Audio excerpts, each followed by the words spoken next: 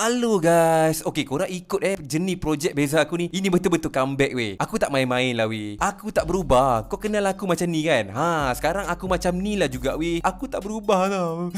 Pagi ni aku gerak HMZ Auto Spray Garage. Ni nak tengok apa cerita beza aku ni. Diorang dah start buka-buka dah kereta aku weh. Memang laju gila lah kerja HMZ Auto Spray Garage ni. Kedai ni kalau korang nak tahu, kedai ni kat Meru tu tau. Kat Meru. Cuba korang waste HMZ Auto Spray Garage. Kau tulis sekarang, kau tulis. Tu.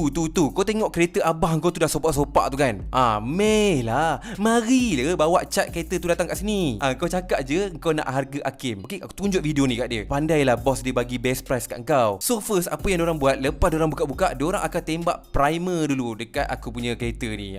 Yang itu adalah step yang seterusnya. So warna, apa yang aku nak cat kat beza aku ni, kita buat warna apa dia guys, aku pun bab-bab colour ni aku pening lah. Okay, aku dah tahu. Kita buat warna hitam guys. Sebab hitam ni dia nampak lebih solid.